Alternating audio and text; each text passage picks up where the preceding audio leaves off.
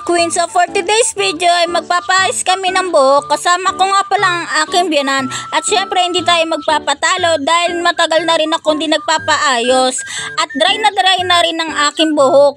At sobrang dami na rin split ends. Kaya samahan niyo po kami, let's go!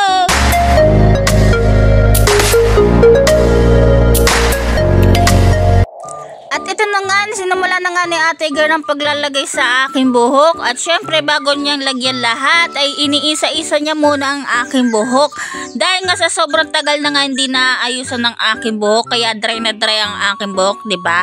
Nakikita niyo naman mga kuwi, sobrang dry na dry, ang daming split ends. Kaya pinabawasan ko yan sa kanya, pinaputulan ko. Dahil nga sa sobrang daming split ends na yan, sa sobrang tagal na hindi ko na naayusan yan. Grabe mga kuwi. Halos natagalan nga sa Ate Girl sa paglalagay sa aking buhok dahil nga sa sobrang tagal ko nang di napapaayos. Kaya ayan, kumulot na siya. Actually mga queen, kulot talaga ako. Kaya ayan, nagpapa-straight na lang ako. At pagkatapos nga niyang lagyan ng aking buhok ay ibinabad niya muna ng 30 minutes bago niyang banlawan ang aking buhok. Kaya ayan, pagkatapos niyang banlawan na ibinilower niya kaagad para hindi nga naman masunog ang aking buhok. Kaya ayan ang naging resulta mga kakwit. Kita niyo naman, napakaganda. Sobrang ganda ang kinalabasan ng resulta ng aking buhok. Grabe mga kakwit, na-satisfied ako sa ginawa ni Ate Girl.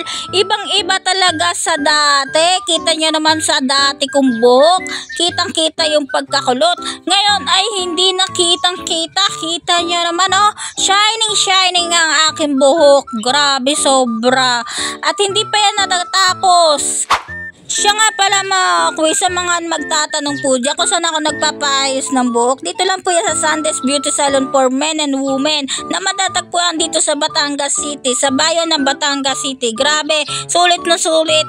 At meron pa nga libreng pamilti sa Ate Girl. Hindi masasayang ang effort nyo dito. At sulit na sulit din ang presyo. Grabe mga queen. At hindi na nga kayo magdadalawang isip pa na pumunta dito. Dahil ang service nila ay napakaganda. Kaya hindi masasayang ang oras niya sa pagpunta dito. Kaya kung ako sa inyo, dito na kayo magpaayos ng buhok at hindi talaga masasayang ang pera nyo. At hindi talaga masasayang ang pagpunta nyo dito. Kaya sa mga gustong pumunta or magpaayos ng kanilang buhok ay i-message nyo lang po sila sa kanilang Facebook page na Sandes Beauty Salon for Men and Women. Kaya ano pa hinihintay nyo? Punta na! Kaya kung ako sa inyo, hindi na ako magdadalawang isip na pumunta dito. Dahil sure na ako na babalik-balikan ko ito. Siya nga pala, ito ang pinakaunang branch nila dito sa Batangas City. Huwag na kayo magpatumpik-tumpik pa. Gora na kayo dito. At napakaganda talaga ng kanilang serbisyo. Kita mo naman, napakasarap ng kanilang promo. May pamilti pa talaga sila. Dito sa puntong ito ay nilalagyan ako ni Ate Girl ng pampatibay ng buhok para nga naman hindi na bumalik ang aking pagkakulot. At syempre hindi magpapatalo ang aking biyanan. Kapag magpapaayos ako, magpapaayos din siya. O diba, kinabog ako ng aking biyanan. Kita nyo naman, ang ganda-ganda na ng aking biyanan. O, pak ganun, hindi talaga magpapatalo yan. Dahil kung nasaan ako, nandun din siya. Samantalang ako, ito pa easy lang habang si Ate Girl ay busy sa paglalagay sa aking buhok. Pero alam niyo ba mga queen, ito ang pinakamahirap na pagpapaganda sa ating mga babae. Dahil ito ay umahaba pa ng kasing haba ng pasensya mo. Charot! Kaya kayong mga lalaki, imbis na maghanap kayo ng iba, ay pagandahin nyo na lang ang inyong sariling asawa kung ayaw nyo masira ang buhay nyo. At pagkatapos nga ni Ate Girl na lagyan ng aking buhok, ay ibinabad niya muna ng 30 minutes bago niya ito binanlawan. At pagkabanlaw nga, ay agad naman nila itong binlower para matuyo agad. Dito ay unti-unti na natin nakikita ang resulta ng aking buhok. At dito sa aking biyanan ay malapit nang matapos dahil nga maikli lang kanyang buhok, kaya madali lang itong matapos. Hindi katulad sa akin na mahaba, kaya matagal matapos. Ang kanyang buhok ay ibababad pa nga ng 30 minutes kagaya sa akin bago pa nga ito banlawan ulit. Habang ako ay hindi pa tapos i-blower. Dahil nga sa sobrang haba ng aking buhok ay matagal-tagal pa ito. Siya nga pala mga kuy, ipapakilala ko nga pala sa inyo ang boss amo ng Sandes Beauty Salon for Men and Women. Yung nagba-blower sa akin. Siya yung boss amo natin ngayon. I mean, siya yung may-ari ng salon. Kita niya naman mga kuy, napakaganda ng boss amo namin. Napakasipag na, napakabait pa. Saan ka pa? At ito na nga, nabanlawan na nga ang buhok ni Madam, ang aking biyanan, at nasatisfied nga siya sa sobrang tuwa niya. At tuwan-tuwa at malalagyan na naman siya ng panibagong kulay para nga naman matakpan ang kanyang mga puti-puti sa buhok dahil nga may edad na siya. Kaya gusto niya magpakulay ulit. Eme-eme. Si Madam, oh, social naman si Madam. Gusto ulit magpabata. Charot lang. Ayan na nga mga queen, at maplantyahin na nga ang aking buhok at malapit na nga tayo matapos. Nasa kaduluduluhan na tayo. Konting tiis na lang mga queen, matatapos din to. At gutom na tayo, grabe. Sa sobrang tagal nga naman inantay natin. Kaya konting tiis na lang mga queen, makakayanan natin to.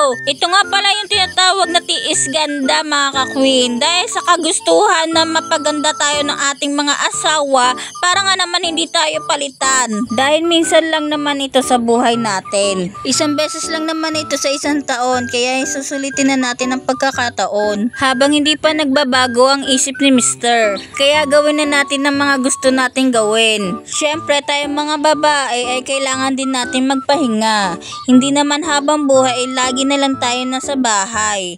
Kaya minsan labas-labas din tayo paminsan-minsan. Para naman maranasan natin ang ating happiness mga kababaihan. Dahil minsan lang naman sa buhay natin ito, kaya sulitin na natin. Alam nyo ba mga queen, ito ang pinakamagandang naranasan ko sa buong buhay ko. Noong panahon na nag-aaral at nagtatrabaho na ako ay hindi ko naranasan ito. Kaya laking pasasalamat ko at nakilala ko ang aking asawa. Napakabait at napakasipag pa. At sobrang maalagain pa. Kaya wala na akong hahanapin pa. At pagtapos ng plantyahin ng aking buhok ay sinunod naman nilagyan ni Ate Girl ng pangkulay ng buhok. At dahil nga hindi nasunod yung gusto kong kulay ay ginawa na lang ng paraan ni Ate Girl para naman pumantay sa dati kong kulay. Dahil kung masusunod lang daw ang aking gustong kulay ay masisira ang aking buhok. Kaya no choice tayo kundi sundin natin si Ate Girl. Wala naman mawawala kung susundin natin dahil para naman sa atin yon, hindi para sa kanila. Kaya sa mga ayaw masira ng kanilang buhok ay matuto tayo sumunod sa nag-aayos sa atin. Kita nyo naman mga queen, talagang good service sila at meron pa ulit libreng pa-milk tea. Sino ba naman hindi masisiyahan dito sa service nila? At ayan nga ang aking biyanan, tuwan-tuwa sa naging resulta ng kanyang buhok. Dahil nga sa sobrang satisfied niya ay napainom na lang siya ng milk tea. Dahil nga sa sobrang ganda ng kinalabasan ng kanyang buhok, kaya napainom na lang siya at nasarapan pa sa kanyang milk tea. Samantalang ako ito binababad pa ng 30 minutes ang aking pangkulay ng buhok. At ayan na nga ay natapos na nga ang aking biyanan. Grabe, wow. Ang saya-saya. Grabe mga kakuin, kita nyo naman ang naging resulta ng buhok ng aking biyanan. Tuwang-tuwa, samantalang ako ito sinusuklayan pa. Kakatapos lang banlawan ng aking buhok dahil nga binabad nga yung kulay para kumapit yung kulay sa aking buhok para nga naman pumantay sa dati kong kulay.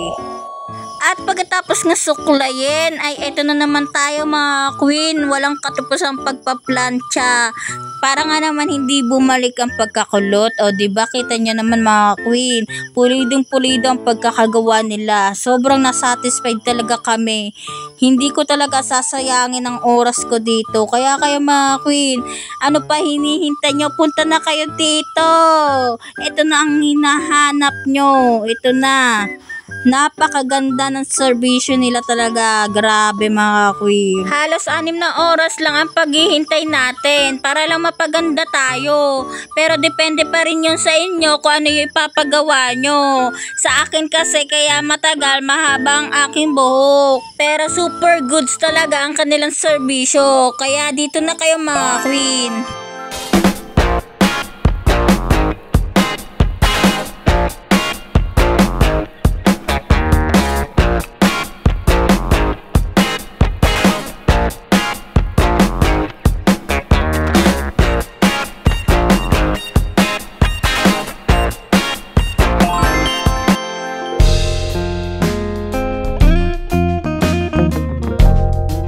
Wow!